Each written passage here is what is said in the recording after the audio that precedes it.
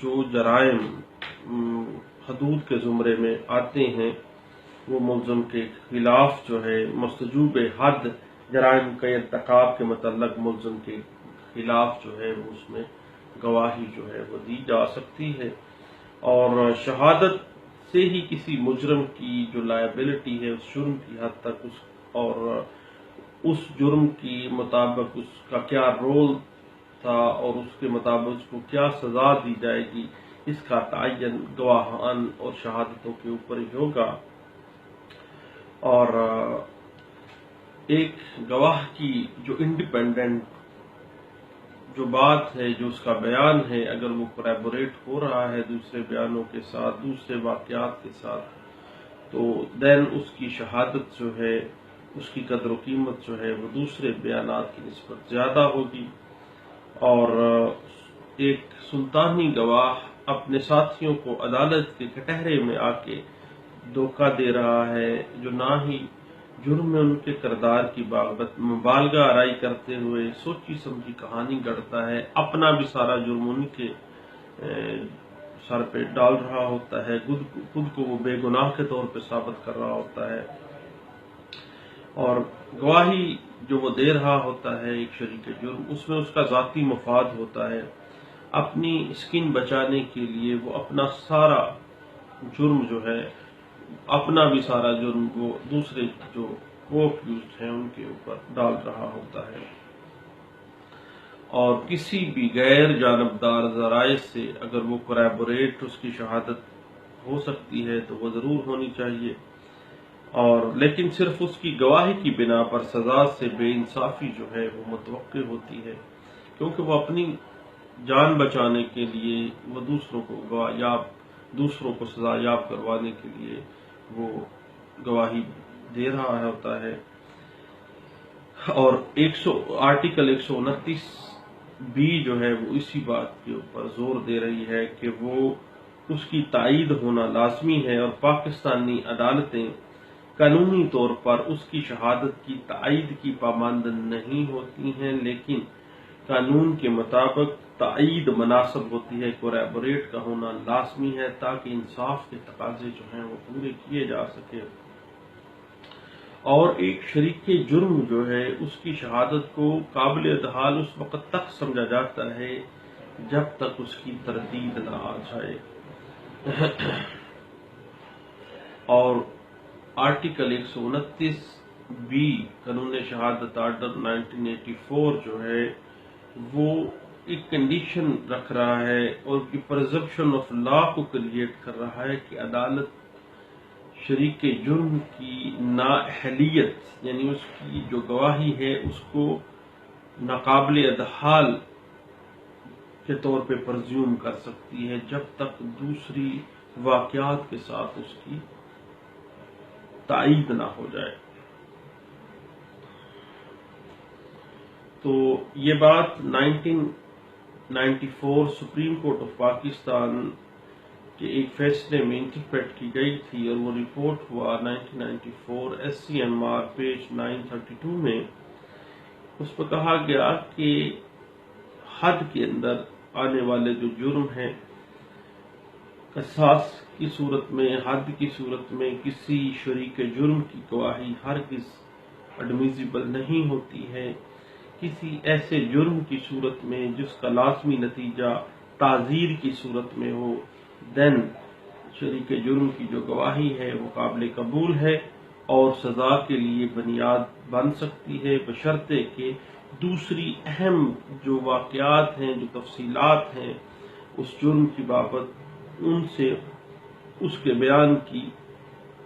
تائید اور کوریبوریشن جو ہے وہ ہونی چاہیے، ہو رہی ہو، دین وہ قابل ادحال ہونی چاہیے۔ ادروائز قانون کہتا ہے کہ پرزیوم کر لیا جائے کہ وہ اپنی سکن بچانے کے لیے دوسروں کو پھنسا رہا ہے، اور اپنا جرم بھی، اپنے شریک جرم جو دوسرے لوگ ہیں ان کے سر پہ ڈال رہا ہے۔ اب جرم جو حدود کے اندر اور یا قصاص یا ایسے جرائم جو کہ تعزیر کے اندر ہوتے ہیں ان کے درمیان کچھ فرق ہوتا ہے۔ اب حدود میں جو سرکار شہادت کی قسم یا نوعیت سے انحراف نہیں کر سکتی، کیونکہ ایسی شہادتوں کے حوالے سے قرآن اور سنت کے مطابق جو ہے وہ شہادتیں آتی ہیں اور انہی کے مطابق سزا ہوتی ہے۔ لیکن جہاں تک تعزیر کا تعلق ہے تو سرکار سزا کا جواز پیش کرنے کے لیے شہادت کی قسم اور نوعیت بھی مقرر کر سکتی ہے، لیکن حدود اور قصاص کے کیسز میں نہیں کر سکتی۔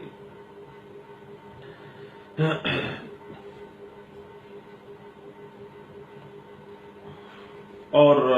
جو تعزیر میں آنے والے جرائم ہیں ان میں کسی شریک کے جرم یا وعدہ معاف سلطانی گواہ کی شہادت قابل قبول ہوگی،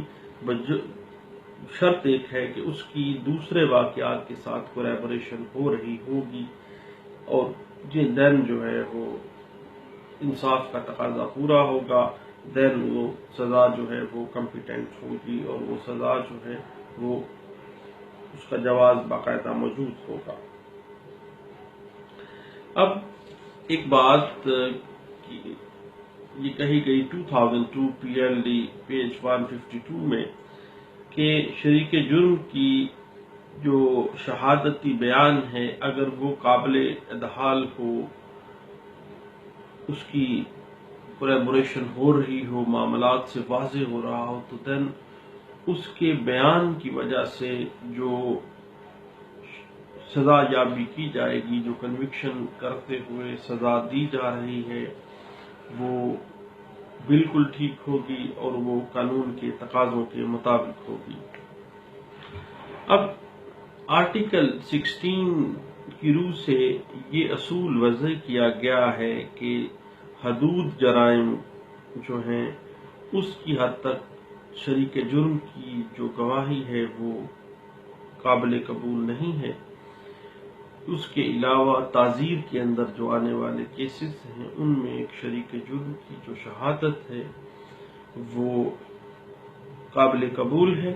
اور آرٹیکل 16 اور آرٹیکل 129 بھی قانون شہادت آرڈر 1984 جو ہے اس کا مشترکہ اثر یہ ہوتا ہے کہ اگرچہ شریک جرم کی شہادت پر کسی ملزم کی جو کنوکشن ہے وہ خلاف قانون نہیں کی جا سکتی، تاہم عدالت بطور معمول جو اہم واقعات ہیں ان میں تائیدی شہادت کے بغیر، تائیدی معاملات کے بغیر جو ہے شریک جرم کی جو گواہی ہے اس کو قابل قبول نہیں کرے گی۔ اور شریک جرم ایک ایسا شخص ہوتا ہے جس نے دوسروں کے ساتھ مل کر جرم کے ارتکاب میں حصہ لیا ہوتا ہے، یا اس جرم کے ارتکاب میں کوئی قدم اٹھایا ہوتا ہے، یا ابیٹمنٹ جس کو اعانت کہتے ہیں مدد کی ہوتی ہے، یا جس کا کسی طریقے کے اندر بھی جو جرم واردات ہے اس کے ساتھ تعلق ہو، اور جو ان واقعات کو بیان کرے جن میں اس نے اور اس کے ساتھیوں نے حصہ لیا ہے وہ باقاعدہ وہاں موجود تھا۔ اور اگر کسی شخص کو واردات کے ہونے کا آلریڈی کوئی بخوبی علم ہو لیکن اس کے بارے میں وہ دانستہ طور پر خاموش رہے تو وہ بھی شریک جرم متصور کیا جائے گا کہ اس کے سامنے یہ جرم ہوا ہے، وہ خود موجود تھا وہاں پہ لیکن وہ خاموش کھڑا رہا ہے، تو وہ قانون کہتا ہے کہ یہ بھی شریک جرم کی ڈیفینیشن کے اندر فال کر دیتا ہے۔ اسی طرح رشوت دینے والا شریک جرم ہوتا ہے، لیکن رشوت کی ادائیگی کا گواہ جو ہے جس کے سامنے وہ دی جا رہی ہوتی ہے وہ شریک جرم نہیں ہوتا ہے، اس وقت تک جب تک کہ وہ بندہ جو گواہ ہے ایسی ادائیگی کی بابت جو نیگوسیشن تھی رشوت دینے والے اور رشوت لینے والے کے درمیان اس میں باقاعدہ کوئی اس نے تعاون نہ کیا ہو۔ رشوت دیتے وقت کسی شخص کی جو موجودگی ہے اسے شریک جرم نہیں بنا دیتی، خواہ اس نے اطلاع نہ بھی دی ہو۔ اینٹی کرپشن کے کیسز کے حوالے سے بات کی گئی تھی۔ اب ایک عورت کو معلوم ہے کہ ملزم اس کے خاوند کو قتل کرنے کا ارادہ رکھتا ہے، مگر اس نے یہ بات اپنے خاوند کو نہیں بتائی۔ جب عدالت میں شہادتوں کی بات آتی ہے تو یہ بات واضح ہو جاتی ہے کہ مقتول کی بیوی کو قاتل نے پہلے بتا دیا تھا کہ اس نے اس کے شوہر کو قتل کرنا ہے، لیکن اس نے اپنے خاوند سے یہ بات چھپائی، تو قانون اس بات میں واضح ہو گیا کہ یہ شریک جرم تھی، اس نے وہ بات کو چھپائے رکھا، ایک جرم کمٹ ہونے کے حوالے سے اس کو پتا تھا لیکن اس نے وہ بات کسی کو نہیں بتائی، اور یہ بات ایک سیٹلڈ پرنسپل کے طور پہ 1936 میں آل انڈیا رپورٹس میں لاہور ہائی کورٹ کا ایک فیصلہ رپورٹ کیا گیا، پیج 731 کے اوپر اس کو رپورٹ کیا گیا تھا۔ اور اس کے علاوہ شریک جرم وہ بھی شخص اسی ڈیفینیشن میں آئے گا جس نے کسی ارتکاب جرم کے حوالے سے اتفاق کیا ہو، رضامندی دی ہو، وہ جرم میں برابر حصے دار تصور ہوگا اور شریک جرم کی ڈیفینیشن میں آئے گا۔ ایک مخبر جو ہے وہ شریک جرم نہیں ہے، اور جو شخص کسی ارتکاب جرم کے انکشاف کرنے کے لیے ارتکاب جرم سے پہلے اپنے آپ کو استغاثہ کا ایجنٹ بنا لے، مثلا جیسے ایک مخبر ہوتا ہے، تو وہ قطعی صورت شریک جرم نہیں ہوتا ہے، اور بلکہ مخبر جو ہے جس کی شہادت کو تائید کی ضرورت نہیں ہوتی، اگرچہ اس کی شہادت کو ہر انفرادی کیس کی نوعیت کا لحاظ رکھتے ہوئے اہمیت دی جاتی ہے، لیکن جو شخص بھی مجرمانہ نیت سے کسی جرم میں شریک ہو، ارتکاب جرم کے بعد تک بھی وہ ملزم کا ساتھ دے رہا ہو، اپنے ساتھی مجرموں کا ساتھ دے رہا ہو، استغاثہ کا کوئی ساتھ نہ دے رہا ہو، اس کی جب بعد میں ٹرائل ہوتا ہے تو وہ اپنے دیگر شریک جرم جو ساتھی ہیں ان کو دھوکہ دے کے وہ استغاثے کے ساتھ مل رہا ہے، تو انصاف کا تقاضا یہ ہے کہ وہ اپنی سکین بچانے کے لیے دوسروں کو انکریمنیٹ کر رہا ہے، تو اس کی شہادت کی تائید کی ضرورت ہو تاکہ پتہ چل جائے کہ کیا یہ جو بات کرنے جا رہا ہے، کر رہا ہے، یہ بات واقعی سچی ہے یا نہیں ہے۔ اب ایک گواہ جو ہے جس نے مجرمان کی اس حد تک مدد کی کہ وہ اس بات کا دھیان رکھتا رہا کہ کیا پولیس تو نہیں آ رہی ہے، وہ باہر کھڑا دھیان رکھنے کے لیے انہوں نے کھڑا کیا ہوا تھا، اٹ مین وہ آنت کر رہا تھا اس جرم میں ان کی، تو وہ شریک جرم کی پوزیشن میں آ جاتا ہے، شریک جرم ڈیفینیشن میں آ جاتا ہے۔ اور ایک گواہ جو صرف اتفاقاً کسی جرم سے واقف ہو اور اس کو روکنے کی کوشش نہ کرے یا جو اس کا انکشاف نہ کرے تو وہ شریک جرم نہیں ہے، اور اس کی شہادت جو ہے اس کو کریبوریشن کی ضرورت نہیں ہے کیونکہ وہ شریک جرم نہیں ہے، اتفاقاً اس کو پتہ چلا ہے، وہ بیچارہ وہیں پہ چپ کر گیا ہے، جرم کا ارتکاب ہو چکا تھا، جب اس کو پتہ چلا ہے تو وہ شریک جرم نہیں ہے قطعی صورت، اور اس کی ڈیفینیشن میں یہ ایسا شخص جو ہے وہ نہیں آتا ہے۔ اب ایک شریک جرم کی شہادت دوسرے شریک جرم کی شہادت کی تائید کے طور پر استعمال نہیں کی جا سکتی، اور یہ ایک سیٹلڈ پرنسپل ہے کہ ایک شریک جرم دوسرے شریک جرم کی تائید نہیں کر سکتا کیونکہ وہ بھی برابر کا مجرم ہے، برابر کا اس میں حصے دار ہے۔ اب کسی شریک جرم کی جو غیر تائید یافتہ یعنی ان کورابوریٹو جو ایویڈنس ہے اس کی بنا پر جو جرم ثابت ہو سکتا ہے، بشرطے یہ ہے کہ جج نے اپنا جوڈیشل مائنڈ جو ہے وہ استعمال کیا ہوگا، کیونکہ شریک جرم کا بیان جو ہے وہ اگر کوریبوریٹ نہیں ہے تو وہ ناقابل اعتبار ہے، اور اس کی دوسرے واقعات کے ساتھ جو ہے وہ کوریبوریشن انصاف کا تقاضا ہے اور یہ لازمی ہونی چاہیے، اور یہ ضروری نہیں ہے کہ ہر حصہ بیان جو ہے شریک جرم اس کی تائید ہو رہی ہو۔ ایک سرکمسٹانشل ایویڈنس جس سے ملزم جرم سے وابستہ معلوم ہوتا ہو شریک جرم کی تائید کے لیے کافی ہے کہ جو وہ بات کر رہا ہے اس کی تائید سرکمسٹانشل ایویڈنس سے ہو رہی ہے، یعنی وہ جو بات کر رہا ہے وہ سچی کر رہا ہے، اور وہ کہیں نہ کہیں معاملات ویسے ہی ہیں، اور اگر ملزم کے بیان کی تائید محض سطحی شہادت سے ہوتی ہو تو شریک جرم کے بیان پر ملزم کو سزا یاب نہیں کیا جا سکتا۔ شریک جرم کے بیان کی تائید میں انڈیپینڈنٹ کوریبوریٹڈ ایویڈنس کا ہونا لازمی ہے، اور یہ انصاف کا تقاضا ہے، اور قانون جہاں تک کہتا ہے کہ شریک جرم کی شہادت معتبر گواہان کے ذریعے سے ہونی چاہیے، اور شریک جرم جو ہے وہ آرٹیکل 16 کی روح سے بطور گواہ عدالت میں پیش تو ہو سکتا ہے، اور اس کی شہادت کس حد تک قابل اعتبار ہے اس کا اندازہ لگانا ایک جج کے جوڈیشل مائنڈ کے اوپر ڈیپینڈ کرتا ہے، اور آرٹیکل 129(b) کی روح سے یہ عدالت پرزیوم کرتی ہے کہ شریک جرم قابل اعتبار نہیں ہے جب تک کہ وہ دیگر جو انڈیپینڈنٹ واقعات ہیں اس جرم کی رودات کے حوالے سے وہاں سے اس کی تائید نہ ہو رہی ہو۔ اور قانون کی وش بھی یہی ہے کہ شریک جرم جو ہے اس کی جو بیان دے رہا ہے وہ انڈیپینڈنٹ کوریبوریٹ ہونا چاہیے۔ اکیلی ایک شریک جرم کی شہادت کے اوپر اگر سزا دی جا رہی ہے تو اطمین انصاف کے تقاضے احسن طریقے سے پورے نہیں کیے جا سکتے، یعنی اس سے یہ مراد ہے کہ اکیلی جو شہادت ہے ایک شریک جرم کی اس پر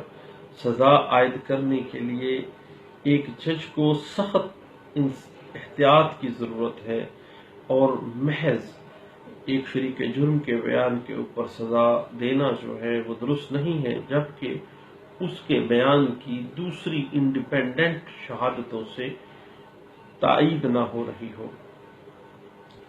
اب آرٹیکل 16 جو ہے وہ ایک ایسا اسٹیچو ہے جو کہ عدالتوں کے اندر باقاعدہ طور پر ایک شریک جرم کو گواہ کے طور پہ پیش کرنے کے حوالے سے واضح کر رہا ہے کہ اس کا جو اکیلا بیان ہے وہ کافی ہے، اور آرٹیکل 129(b) کہتا ہے کہ اس کی تائید ہونا لازمی ہے، اور اس کے بیان کے اوپر ہی اگر سزا دی جا رہی ہے اور جج ایک جوڈیشل مائنڈ اپنا مائنڈ استعمال نہیں کرتا، احتیاط کا دامن نہیں پکڑتا، تو اگر اکیلے بیان پر سزا دی جا رہی ہے ایک شریک جرم کی، حالانکہ یہ ایسا شاذ و نادر ہی ہوتا ہے لیکن وہ قانون اس کو کہتا ہے کہ یہ صحیح نہیں ہے اور اس کو ایسے نہیں ہونا چاہیے، کیونکہ اہم امور جو ہے جس کی وجہ سے ایک ملزم جو ہے شریک جرم کی گواہی کی بنا پر اس کو سزا یاب کیا جا رہا ہے اس کی تائید ہونا لازمی ہے۔ پہلی بات تو یہ ہے کہ شریک جرم اس جرم کے اندر بذات خود شریک تھا یا حالات و واقعات کے مطابق اس میں حصہ لیتا رہا۔ دوسرا یہ ہے کہ جن ملزمان کو وہ نامزد کر رہا ہے وہ واقعی شریک جرم ملزم تو تھے، اور اس کی تائید جو ہے اس شریک جرم کے بیان کی ایسی شہادت سے ہونی چاہیے جو کہ انڈیپینڈنٹ ہو، اور یہ ضروری نہیں ہے کہ مقدمے کے جو دوسرے سرکمسٹانشل ایویڈنس ہے وہاں سے ہی اس کی تائید ہو، بلکہ تمام امور جو ہیں وہ واضح کر رہے ہوں کہ یہ معاملہ سامنے ہو جاتا ہے۔ مثلا ملزمان کا مقتول کے ہمراہ دیکھے گئے تھے، ملزمان کا شریک جرم کے ساتھ وقوع سے ایک دن پہلے اکٹھا دیکھے جانا جو ہے کافی تائیدی شہادتیں جو ہیں وہ سامنے آ جاتی ہیں، اور شریک جرم جو ہے وہ ملزمان کے ساتھ اکٹھا سفر کرتا ہوا پایا گیا۔ ہمیشہ جو وعدہ معاف گواہ ہے اس کی شہادت پہلے اور تائیدی شہادت بعد میں قلم بند کی جاتی ہے۔ اگر وعدہ معاف گواہ زیر حراست ہو تو اسے فیصلے کا مقدمہ آنے تک جو ہے وہ جوڈیشل لاک اپ میں رکھنا لازمی ہے، یعنی پہلے جو وعدہ معاف گواہ ہے اس کی شہادت لے لیں، بعد میں انڈیپینڈنٹ شہادتیں سامنے آ جائیں، اور جب تک مقدمے کا ٹرائل ختم نہیں ہو جاتا اس وعدہ معاف گواہ کو جوڈیشل لاک اپ سے نام باہر نکالا جائے تاکہ وہ باہر جا کے ٹیمپر نہ کر دے ان شہادتوں کو۔ یہ بات انٹرپریٹ بھی ہوتی ہے، ایک سیٹرل پرنسپل کے طور پہ سامنے آئی آل انڈیا رپورٹس میں 1919 کے اندر کرمنل کیسز کے اندر اس کو رپورٹ کیا گیا، پیج 626 کے اندر اس کو انٹرپریٹ کیا گیا تھا۔ یاد رکھیے گا کہ چونکہ ایک شریک جرم جو ہے وہ دوسرے شریک جرم کے حوالے سے بیان دے رہا ہوتا ہے اور اپنا بوجھ بھی دوسروں کے اوپر ڈال رہا ہوتا ہے، اور ایک شریک جرم کی شہادت سے دوسرے شریک جرم کی شہادت جو ہے اس کی تائید نہیں ہو سکتی، اور نہ ہی قیدیوں میں سے ایک قیدی کے اقرار جرم کو دوسروں کے خلاف کسی شریک جرم کی شہادت کی تائید کے لیے استعمال کیا جائے گا، بلکہ انڈیپینڈنٹلی ہر جو شریک جرم ہے اگر وہ بیان دیتا ہے تو دوسرے شریک جرم کی شہادت سے اس کو کوریبوریٹ نہیں کیا جائے گا، بلکہ انڈیپینڈنٹ اس جو واقعات ہیں ان سے ان کو انڈیپینڈنٹ کیا جائے گا۔ یہ بات سیٹرل پرنسپل کے طور پہ لا آف ایویڈنس 1872 کی آرٹیکل 133 کی انٹرپریٹیشن کرتے ہوئے P L D 1958 supreme court of Pakistan page 317 کے اندر اس کو انٹرپریٹ کیا گیا تھا۔ ایک شریک جرم کی جو رائے ہے اس وقت قابل ادحال ہوتی ہے جبکہ عدالت کو کسی فیصلے کے اوپر پہنچنے کے لیے اس کی مدد کی ضرورت ہوتی ہے اور وہ دوسرے واقعات کے ساتھ کوریبوریٹ ہو رہی ہوتی ہے، خواہ وہ واقعات سرکمسٹانشل ایویڈنس ہی کیوں نہ ہو۔ اور اگر کسی شخص کو کسی جرم کے ارتکاب کی نسبت علم ہو اور وہ کچھ عرصے تک خاموش ہو جائے، جب وہ جرم ہو رہا تھا اس وقت اس کو پتا تھا، یہ نہیں ہے کہ جب جرم ہو چکا ہے تب پتا چلا، نہیں، جب جرم ہو رہا ہے، کمٹ ہو رہا ہے، وہ دیکھ رہا ہے لیکن وہ خاموش ہو گیا ہے، اٹ مین اس نے ان کی ابیٹمنٹ کی ہے اور وہ شریک جرم ہی ہے۔ اب ایک جو سلطانی گواہ ہے اس وقت تک ملزم ہی متصور ہوتا رہے گا جب تک کہ اس کو ڈسچارج باقاعدہ طور پر نہ کر دیا جائے، اور تائیدی شہادت کا جو میٹیریل ہے اس قدر ہونا ضروری نہیں ہے کہ محض اس کی بنا پر سزا یا بھی کی جا سکے، کنوکشن کی جائے، بلکہ جو واقعات وہ اپنے بیان میں دے رہا ہے وہ دوسرے انڈیپینڈنٹ جو ایویڈنس ہیں ان سے واضح بھی ہو رہے ہوں، ہاں وہ سرکمسٹانشل ایویڈنس ہی کیوں نہ ہو۔ اب شریک جرم کے اندر کیا ایسی کیپیبلٹی ہے، کیا وہ ایک کمپیٹنٹ وٹنس ہے؟ شریک جرم جو ہے گواہی دینے کی وہ قابلیت رکھتا ہے اور گواہی دینے کا ایک کمپیٹنٹ وٹنس ہوگا، اور کچھ فوجداری مقدمات کے اندر کچھ ایسے سرکمسٹانسز ہیں جن میں شریک جرم بطور گواہ عدالت میں پیش ہوتا ہے۔ پہلی بات تو یہ ہے کہ جب وعدہ معاف گواہ کے طور پر اس کو جو ہے وہ پیش کیا جاتا ہے۔ دوسری بات یہ ہے کہ قیدی ہونے کی صورت میں اس کو شرطیہ رہائی دی گئی ہو، اس کے بعد جب اس کے خلاف ایک فوجداری مقدمہ جو ہے وہ واپس لے لیا گیا ہو، اور جب کسی مقدمے میں اس پر فرد جرم عائد کی گئی اور اس کے مقدمے کی ہیئرنگ ہوئی اور اس سے سزا ہو گئی اور اس کے ساتھی کا علیحدہ سے مقدمہ چل رہا ہے، دین بھی وہ بطور شریک جرم جو ہے وہ گواہی کے لیے آ سکتا ہے۔ اور اس کے بعد اگر جو کنسولیڈیٹڈ کیسز ہیں، ملتے جلتے وارداتیں کی گئی ہیں، کوئی ایسا ملزم اس میں جو ایسا بیان دے جس سے وہ اپنی مجرمیت تسلیم کرے اور اس کے ساتھ ہی اپنے جو ساتھی مجرم ہیں ان کو بھی مجرم ٹھہرائے، تو عدالت اقرار جرم کرنے والے کے بیان پر اس کے جو ہمراہی ملزمان ہیں، چونکہ وہ آلریڈی قانون کے شکنجے میں ہے، اب جو بات وہ کر رہا ہے اگر وہ کوریبوریٹ ہو رہی ہے تو وہ تسلیم کیا جائے گا کہ چونکہ تائید ہو رہی ہے اس وجہ سے وہ ٹھیک کہہ رہا ہے اور اس کی بات باقاعدہ تائید یافتہ ہے. چونکہ یہ بات سامنے آتی ہے کہ وہ قانون ہمیشہ سے یہ پرزیوم کرتا ہے کہ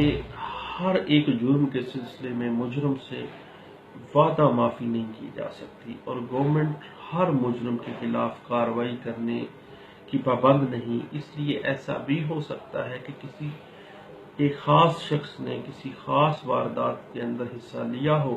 اور اس کے ساتھ نہ تو وعدہ معافی کیا ہو، نہ ہی اسے ملزم گردانا گیا ہو، لہذا وہ بغیر وعدہ معافی بطور شریک جرم جو ہے وہ ایک کمپیٹنٹ وٹنس کے طور پہ عدالت میں پیش ہو سکتا ہے. اس کے بعد اس وقت تک ایک شریک جرم کی جو بیان ہے اس کو قابل ادحال تصور نہیں کیا جائے گا جب تک وہ باقاعدہ طور پر اس کے بیان کی دوسرے واقعات، انڈیپینڈنٹ واقعات سے اس کی تائید نہ ہو رہی ہو. چونکہ شریک جرم نے بھی واردات کے اندر اتنا ہی حصہ لیا ہوتا ہے، اس لیے یہ ممکن ہو سکتا ہے کہ وہ اپنے آپ کو الزام سے بچانے اور جرم کا سارا الزام دوسروں کے سر پر تھوپنے کے لیے وہ ایسا کر رہا ہے. تو 129 آرٹیکل کی جو السٹریشن بھی ہے وہ واضح کر رہی ہے کہ ایسا ہو سکتا ہے. اس کے بعد شریک جرم ایک بد کردار شخص ہوتا ہے، اس نے جرم کے ارتکاب میں حصہ لیا ہوتا ہے، اس لیے یہ ٹھیک طور پر نہیں کہا جا سکتا کہ جو وہ بیان دے رہا ہے کیا وہ سچائی کے ساتھ دے رہا ہے، کیا وہ سچ بول رہا ہے، اور اس بات کی کیا گارنٹی ہے کہ وہ جھوٹ نہیں بولے گا. اب شریک جرم چونکہ اپنا بیان بعض اوقات وعدہ معافی کے تحت دیتا ہے اور اسے امید ہوتی ہے کہ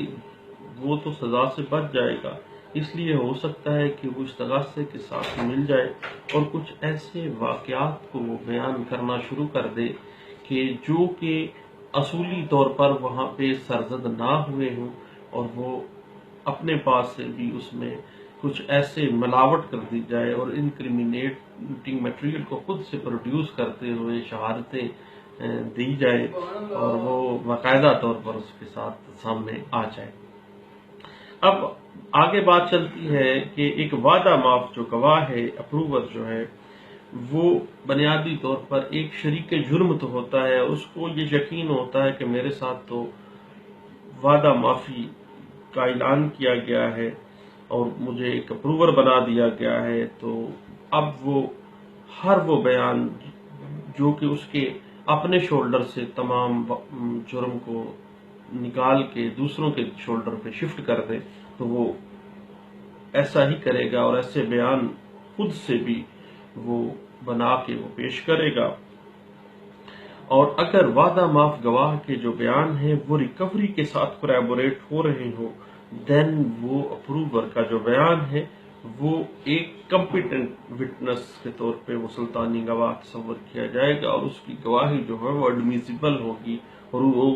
سزا یابی کے اوپر اگر اس پیش کی جاتی ہے تو وہ سزا یابی کنوکشن جو ہے وہ بہت حد تک وہ تصور کیا جائے گا کہ وہ ٹھیک ہوگی. اب جب بھی ایک وعدہ معاف گواہ بیان دیتا ہے تو اس میں یہ بیان میں یہ واضح ہونا چاہیے کہ اس شریک جرم کے طور پر اس کا اپنا رول کیا تھا اور اس کے ساتھ جو شریک جرم لوگ تھے ان کا رول کیا تھا، کس طرح سے انہوں نے مختلف معاملات میں اس جرم کے ارتکاب میں حصہ لیا تھا، اور وہ اپنا رول اپنے رول کے ساتھ ساتھ اس کو پریسکرائب کرے گا اپنے بیان کے اندر. یہ لازمی ہے اور یہ بات ایک سیٹلڈ پرنسپل کے طور پہ article 133 section 133 law of evidence 1872 کی انٹرپریٹیشن کرتے ہوئے یہ بات واضح کی گئی. رپورٹ ہوئی تھی PLD 1960 Lahore high court page 221 کے اندر. اب ایک وعدہ معاف گواہ کے بیان سے پہلے ہی ایک مقتول کی نعش جو ہے وہ برآمد ہو چکی ہے، تو تو یہ واقعہ جو ہے وہ وعدہ معاف گواہ کے بیان کی تائید نہیں کرتا۔ اگر وعدہ معاف گواہ کا بیان ایک ملزم کے سلسلے میں مختلف ہو تو دیگر ملزمان کے خلاف اس کے بیان کی درست طور پر جانچ پڑتال ہونا لازمی ہے اور دیگر واقعات کے ساتھ اس کی کوریبوریشن کا ہونا لازمی ہے۔ اور اگر ایک وعدہ معاف گواہ عدالت میں اپنے بیانات ٹھیک طور پر دے تو وہ آرٹیکل 16 کی روح سے اپنی جو شرائط معافی ہے ان کو پورا کر دیتا ہے، چونکہ اس کے خلاف کوئی کارروائی نہیں ہو سکتی۔ لیکن اگر وہ اپنے بیان سے منحرف ہو جائے تو